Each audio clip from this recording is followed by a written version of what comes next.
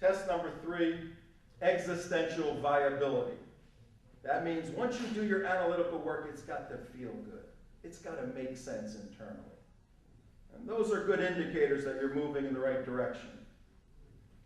Our proposition tonight, dear folks, is that there are Muslims actively engaged in a grand jihad looking to sabotage and overthrow American institutions with the intent of implementing through Sharia Islamic law. Once again, our proposition, our task, is to present evidence indeed to support this proposition, this thesis. You be the judge as the trier of facts to determine whether or not we make our case. There are Muslims. I'm not sticking an adjective before that. I typically say radical or bad, but I'm going to let the words go out and let you struggle with the analysis of fact, because that's education. That's democracy, and that's free thinking.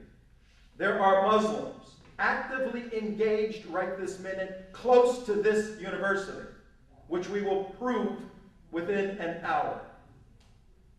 Actively engaged in a grand jihad to sabotage American institutions for the sake of bringing into context, into America, Sharia law. Our job is to present evidence to support that theory. Okay, that's a lot of stuff. Let me introduce myself. My name is Tom Trento.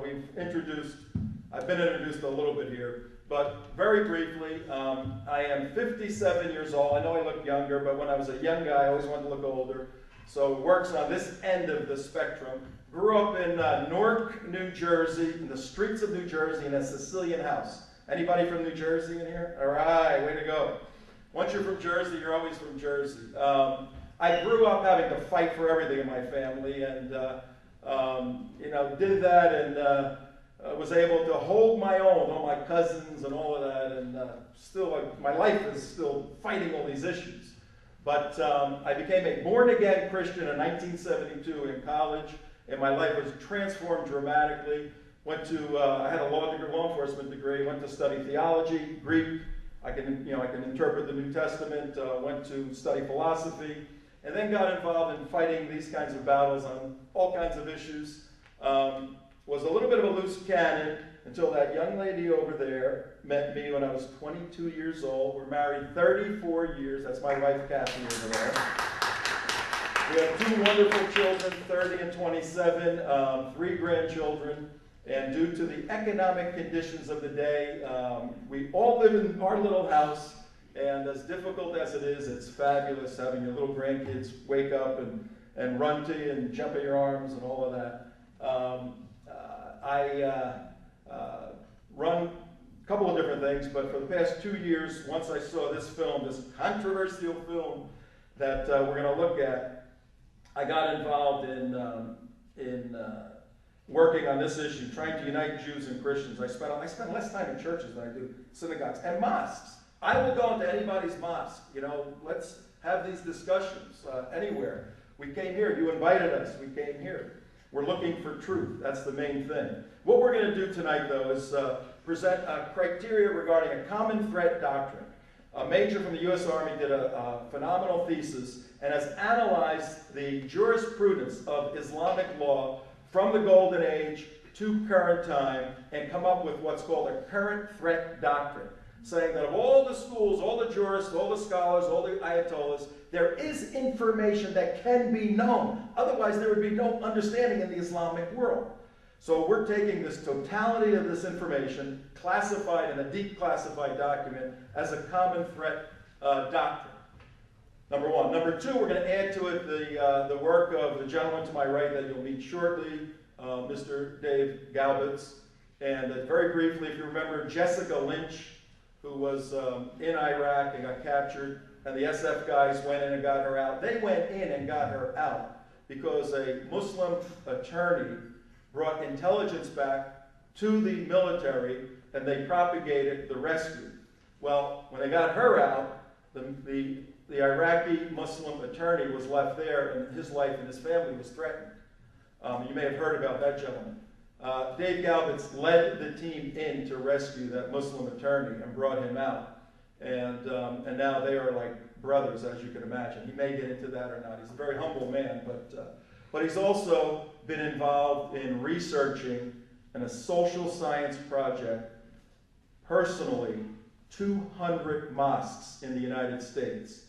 And not many people know about this project, but it's starting to become known. And we're going to reveal tonight, for the first time publicly, what has been found, and in one very close to here yesterday. One very close to here yesterday. You are the triers of fact. Facts are not nice at times. Please be objective. You will see facts tonight that are going to make you uncomfortable. They frighten me. Together, maybe we can do something about this. Common threat doctrine.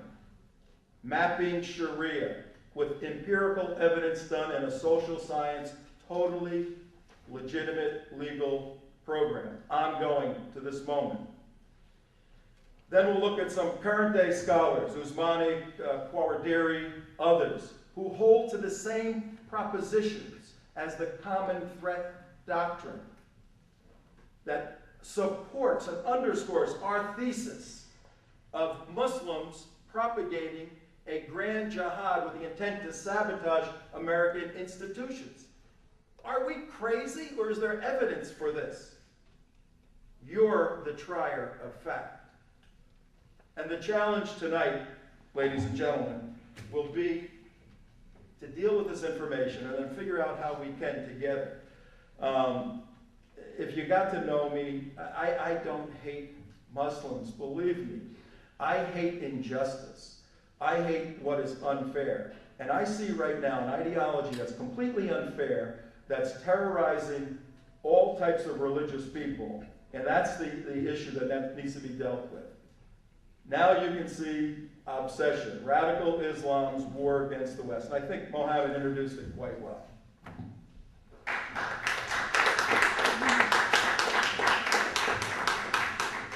We're going to have a tape change here. I'll just say a couple of words before we do.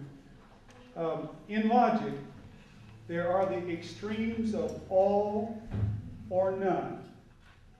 In the middle is some. There are never just two ways of seeing, right or wrong, black or white. So let us remember that if we can in these discussions. Secondly, fact never stands by itself. It always has to be interpreted. We interpret it based on our training and experience and education or lack thereof. So please tonight, as we attempt to understand, remember that we are in the job of interpreting what we see. Fact does not stand by itself. At this time, we'll take how long does this tape change? We're going to change the tapes. We're going to put the movie now, I believe. So, just 2 minutes? Okay, please. Okay, we're going to start the movie shortly. If you want to get some refreshment, something to drink. If you'd like to get refreshments, something to drink, do that while we're changing the tape. Brothers and sisters, I have a question for you. Who's here never seen Obsession or any part of it? Okay, then we'll show it. Because if everybody did, we can take the time and add it to questions and answers period. But since you didn't see it, we're going to play the 27 minutes version of the video we have, and we'll continue the program after that. So please, help yourself, come back to your seat whenever you are ready, we'll start.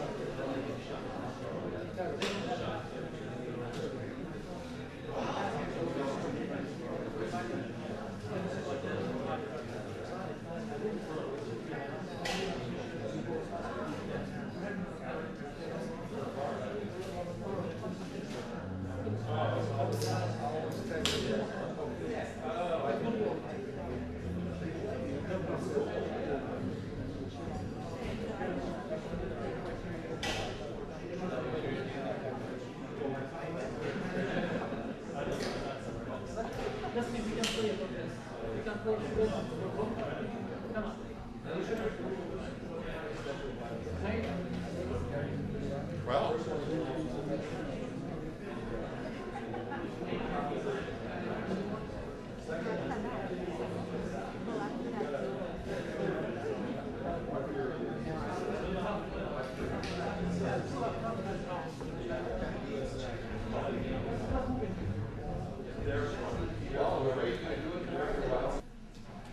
And we're going to try to see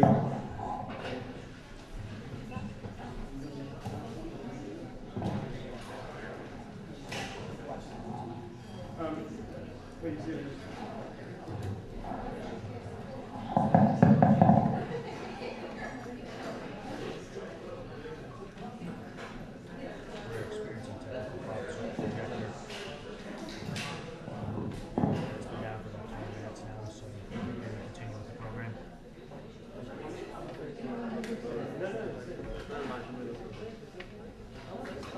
If you would, please, let's be seated, and we'll proceed to the next part of the program.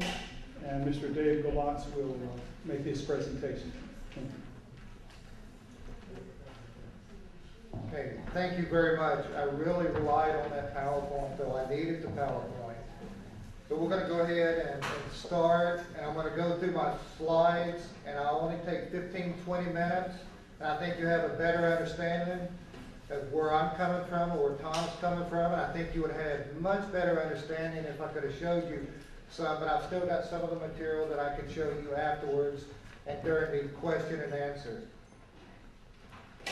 I'm going to give you just a minute background about myself. Can everyone hear me okay? Is it no? Okay. I spent 20 years on active duty with the Air Force. I had as the gentleman at the table, I had the highest clearances, top secret plus clearances.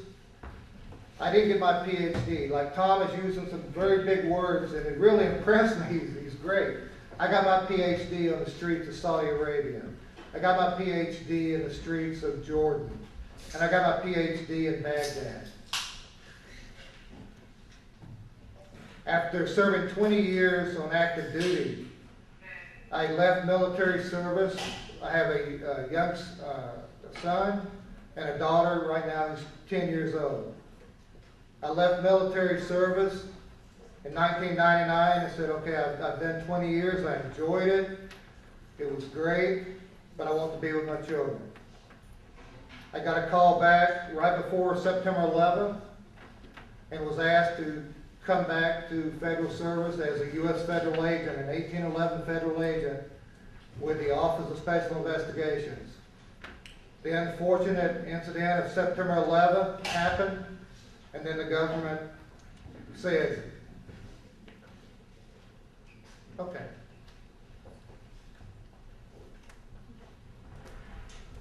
Go ahead.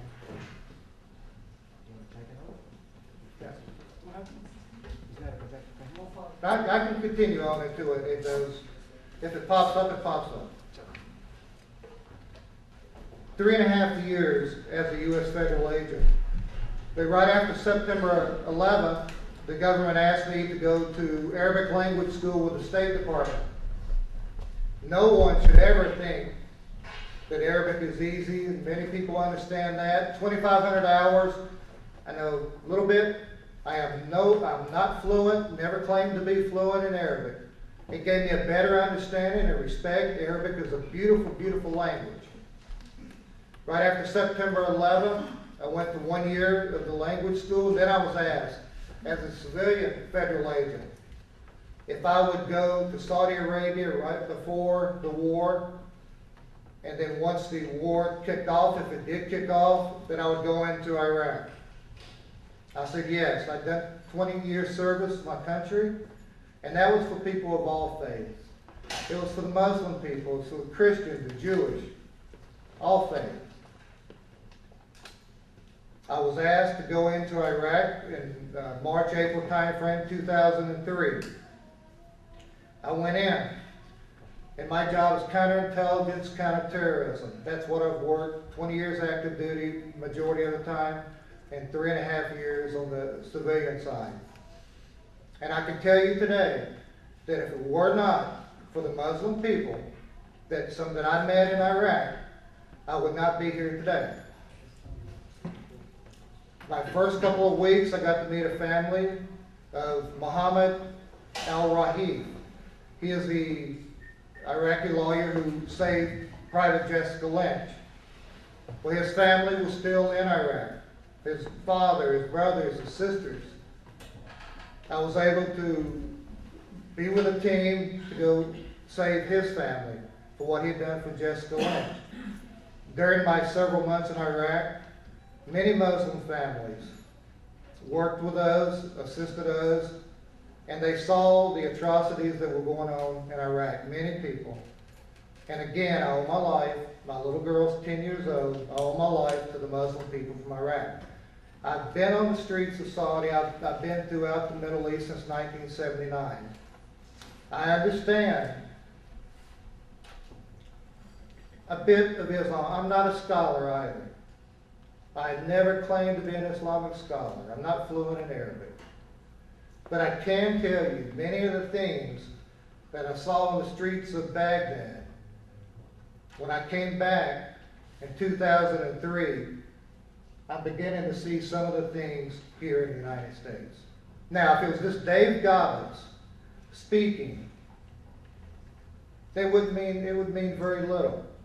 But on our team, where we're going through the United States, the West Coast, the East Coast, and as of yesterday, in Tampa,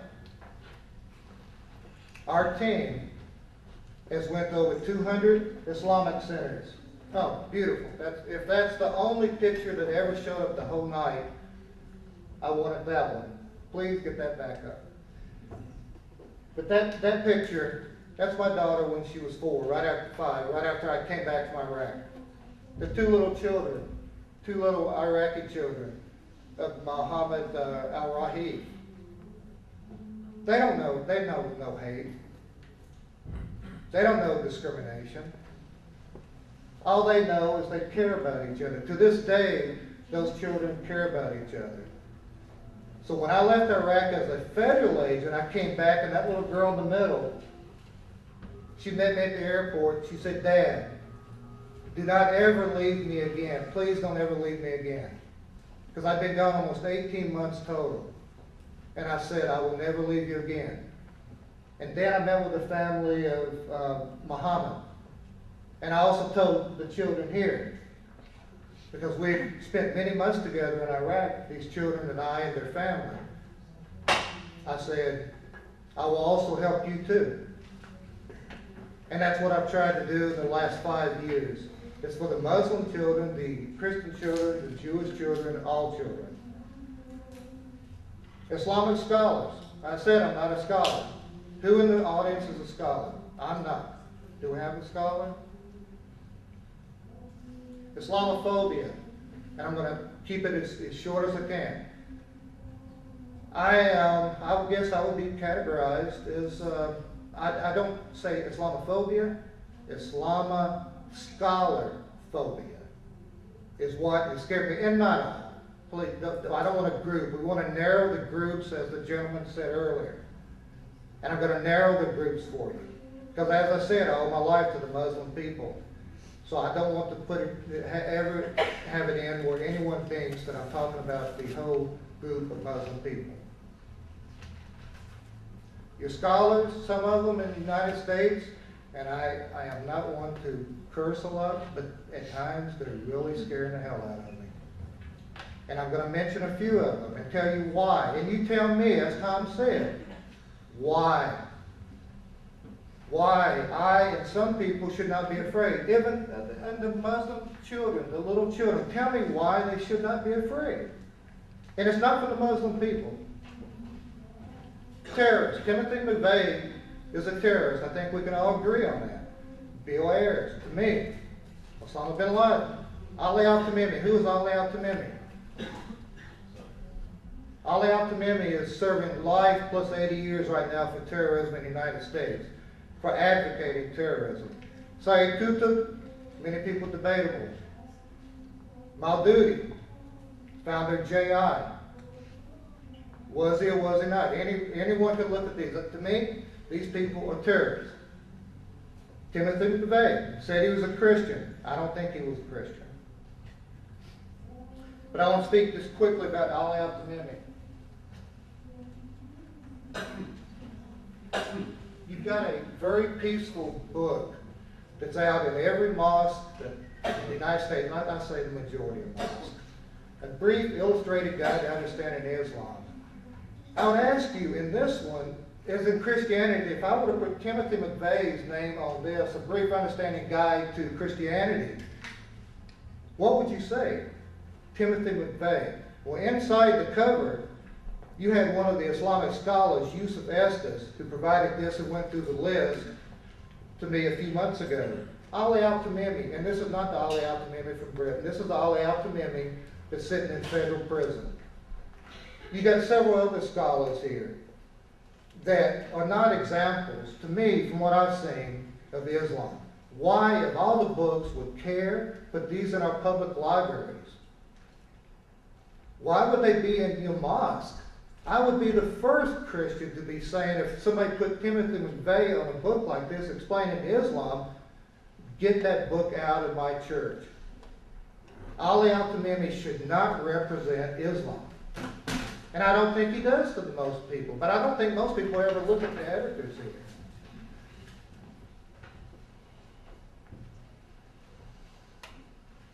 Supporters. Siraj Wahaj. I won't have time tonight. Maybe during question and answers I'll give you some examples. ISNA at times. I just went to the ISNA conference in Ohio. And they had so many cartoons about the Israelis are murderers and Americans are terrorists. And this was at a conference where I went to try to learn. It scared me. Again, it scared the hell out of me. Ahmed Sakr, one of these so-called scholars in the United States. Ahmed tells children today, I've got his videos and I don't want anyone to think I take anything out of context, because you can watch it, I'll provide you the same thing. He tells children today, United States congressmen will go to hell.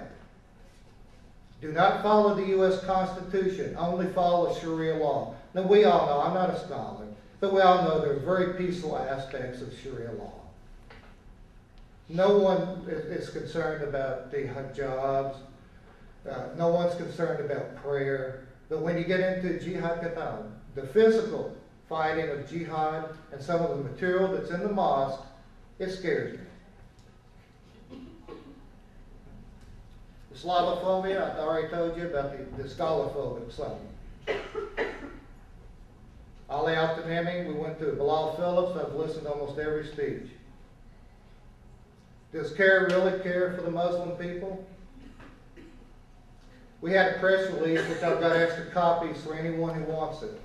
Many Muslim people came to me several months ago saying that CARE took thousands of dollars from them.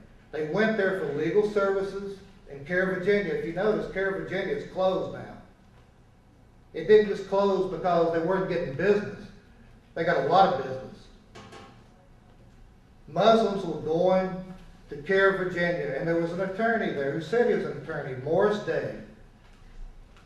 Found out Morris Day took thousands and thousands of dollars. CARE National knew about it. And they never provided any legal services for the victims. The victims came to me. Muslim people that I wrote about at Red House, Virginia, they came to me. Not only there, but many locations. And they said, can you do something? Can you help us? Because we're being victimized by CARE. Now, anything I say here today, I will say in federal court. I was a federal agent. I have no problem swearing under oath. And I asked CARE to do the same, and we are going to be asking CARE to do the same in just a few months.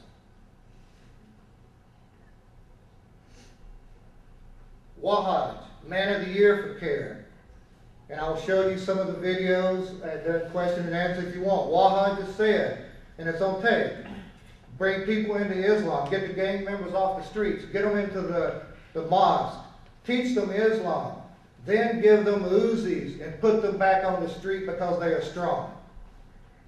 Out of context, you can watch it yourself. Stand up for justice.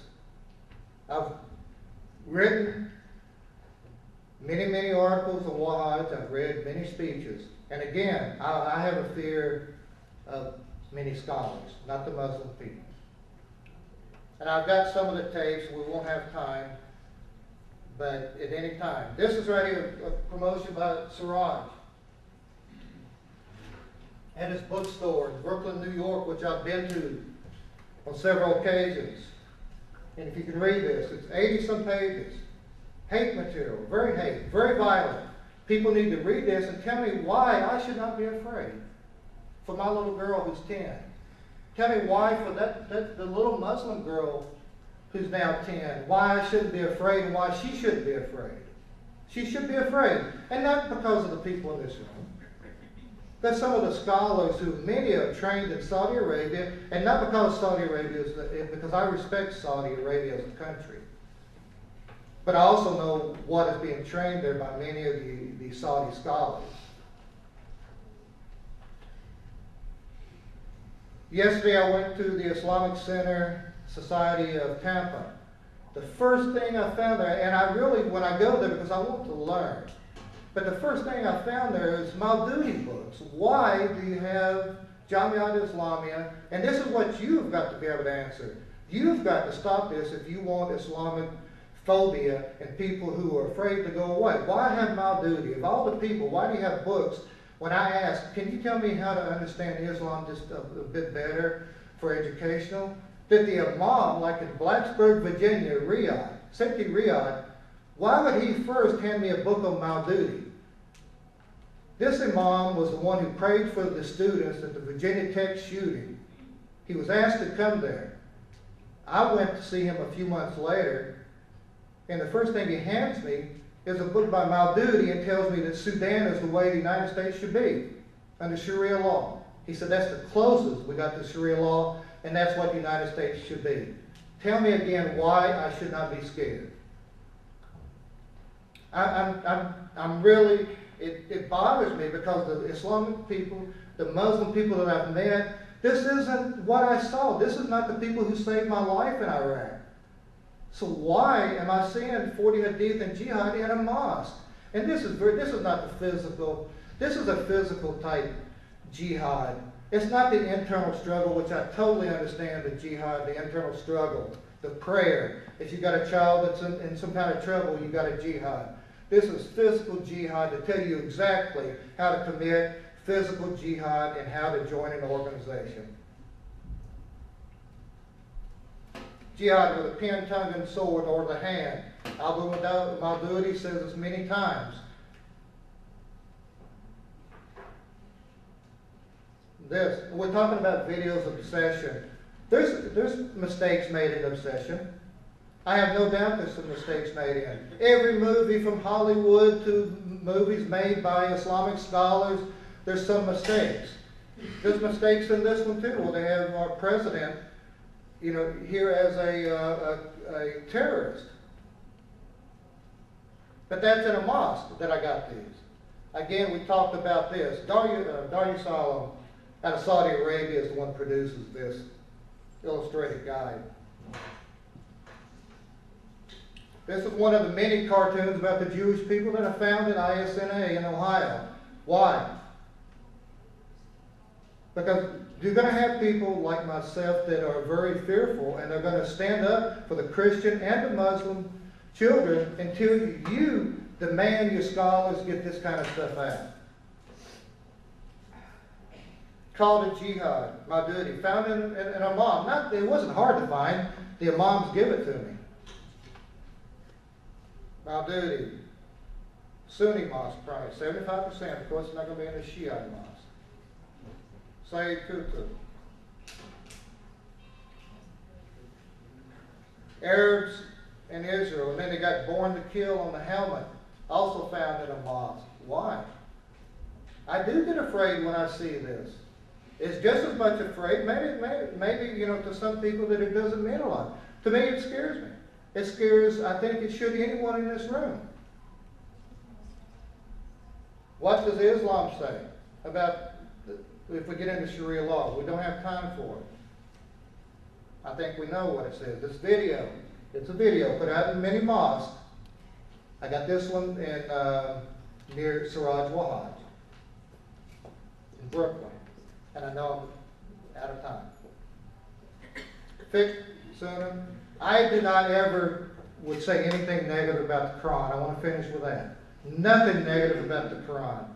But I will tell you, the scholars who give me the, when I go to the mosque and they say, tell me, I ask them, how can I understand the Quran better? They say, Fiqh al-Sunnah, Riyad al-Salim, Tafsir ibn Kathir, Bukhari. Very violent passages in there for a lay person to be able to read. Am I finished? I'm finished. I'm sorry.